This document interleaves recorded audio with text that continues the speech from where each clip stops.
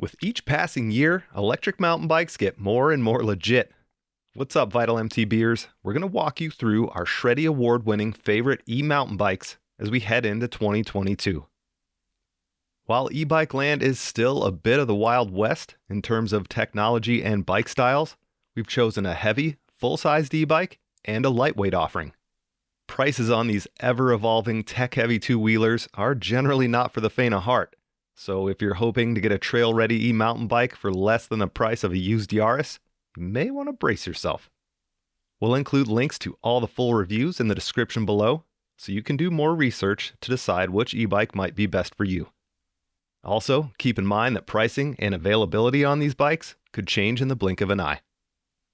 At $6,299, Marin's Alpine Trail E2 was our favorite full-sized eMTB this past year. When we tested the bike earlier this year, the price was $59.99, but even with the price bump, the value to performance ratio is still hard to beat. We're fans of simplicity at Vital, and the Alpine Trail E2 hits a home run with its no-frills alloy frame, mixed wheel size, and ever-present Shimano EP8 motor and drive system. The Fox Performance Elite 38 fork and DHX2 coil shock have that factory-level performance on the trail, and the Shimano SLX XT drivetrain combo, paired with Shimano SLX 4-piston brakes, are durable workhorse components. The Big Maxxis tires held their own, but eventually we did swap out the front Exo Plus Assegai for a double-down version of the same tire for a bit more support.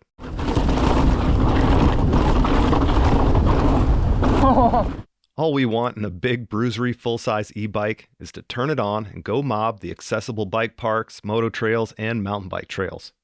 Where are we going?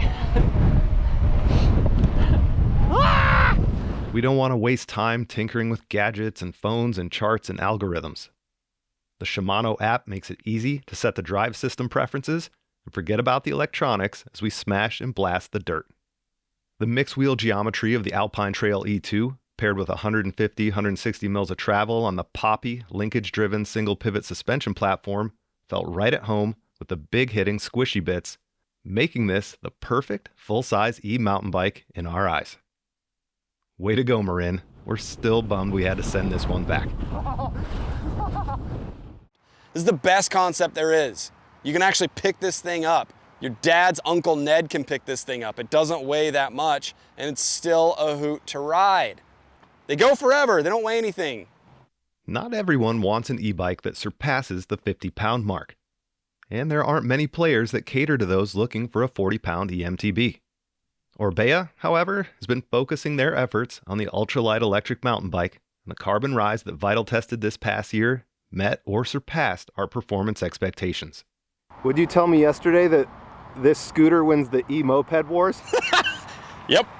This scooter wins the e-moped awards. Our $10,000 Rise M team, while plenty of coin, was a hit.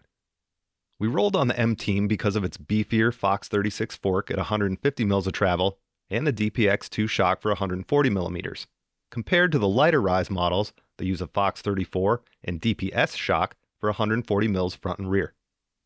Components and even paint customization can be taken further through Orbea's MyO program too. Even with our burlier suspension and a Maxxis Minion DHR2 front tire and dissector rear, our Rise was still just under 40 pounds.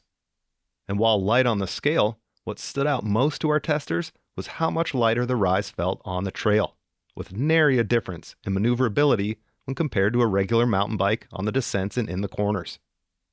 When climbing, while not having the same punch as a full-sized e-bike, the Orbea did more than its fair share of the work without a compromise in distance range. The custom-tuned Shimano EP8 RS motor that Orbea uses caps the power to 60 Newton meters instead of 85. And even though it only had a 360 watt-hour battery, our testers never went without juice. And when compared to fellow riders on full-sized e-bikes, the battery usage difference was negligible post-ride. Remember how we love simplicity at Vital?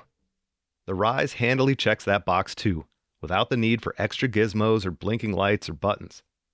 It's a simple, extremely high-performing electric mountain bike for those wanting a regular mountain bike feel.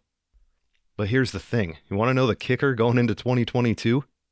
Literally 3 days ago, the alloy version of the Rise, called the Rise Hydro, showed up.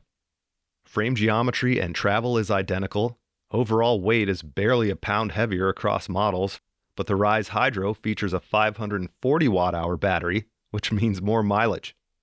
Orbea's 252 watt-hour range extender can be added on, so you can ride to the moon and back if you want. Did we mention that prices on the Rise Hydro start at $52.99 and cap at $72.99?